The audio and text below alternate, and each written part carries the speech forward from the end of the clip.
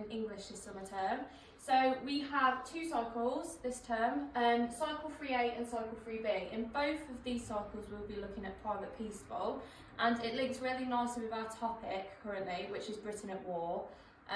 Private Peaceful is a book about World War I. We've already been introduced to the characters and the children are really enjoying it so far. So we have 2 pieces of writing that we're going to produce based on this book.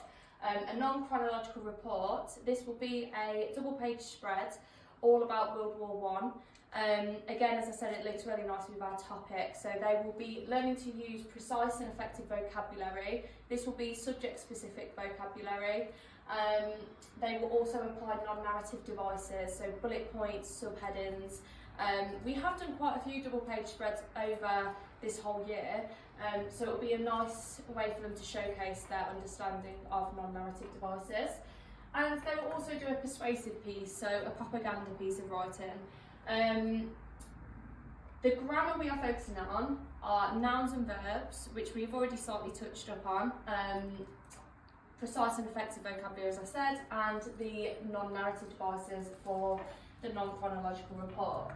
In Cycle 3B, they will be producing a police report, so this will be like a newspaper style report.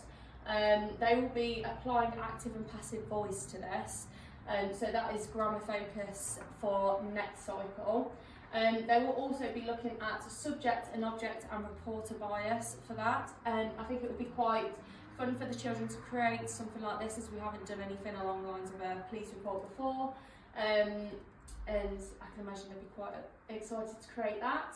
And they're also going to create a balanced discussion. Alongside all of the police report grammar focuses, we are also looking at cohesive devices.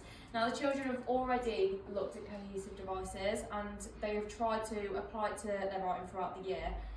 However, it will be a big focus next cycle to make sure that they have mastered this skill. This includes things like conjunctions, pronouns, synonyms, and the punctuation we have learned throughout this year, really. But yeah, that is what we are completing over the summer. Thank you very much.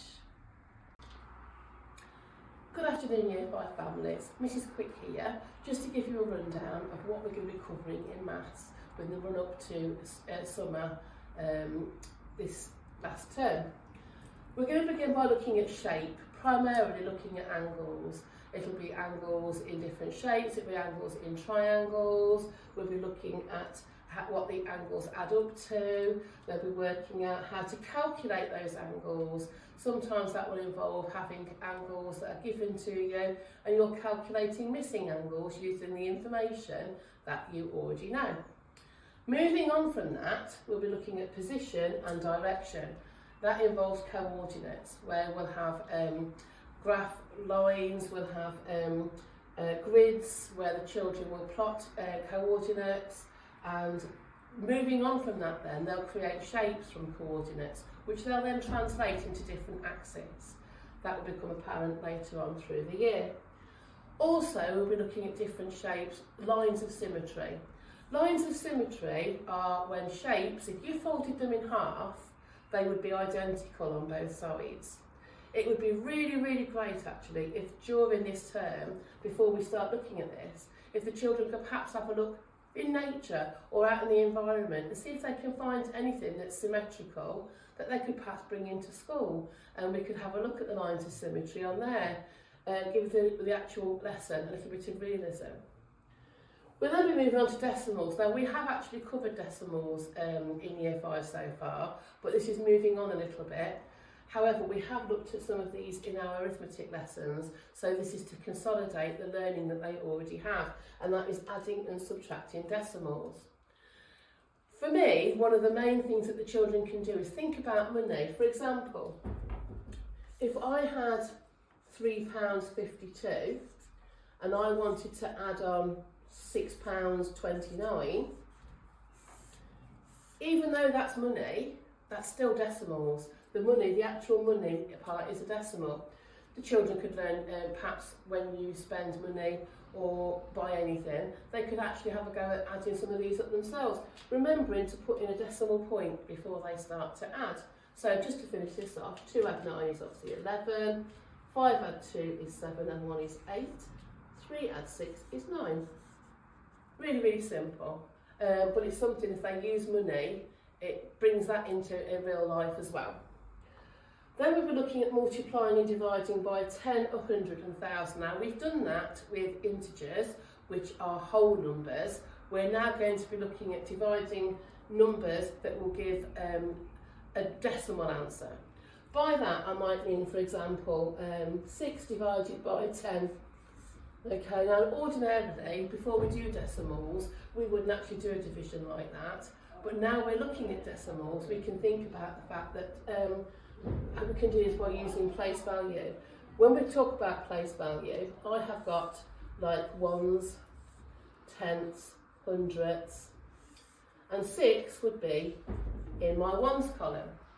To divide by 10, what we do is move everything one space to the right. So that would then move into the tenths column. The decimal point should be there as well. Okay, and we put a placeholder, which would be a 0. The children will be learning how to do that. They will learn when to, we'll use one place, they'll know when to move 2 places, and they'll know when to move 3 places. We'll be finishing off by learning how to convert units. So by using converting units, I'm talking about converting kilograms, converting kilometres, millimetres and millilitres. They'll learn that the kilograms and kilometres means 1,000. They'll learn all the vocabulary for that. Units of length, converting kilometres to metres, metres to centimetres, centimetres to millimetres. That will be some of the things that we are looking at when we're converting all of these units in our final couple of weeks. Thank you very much for listening.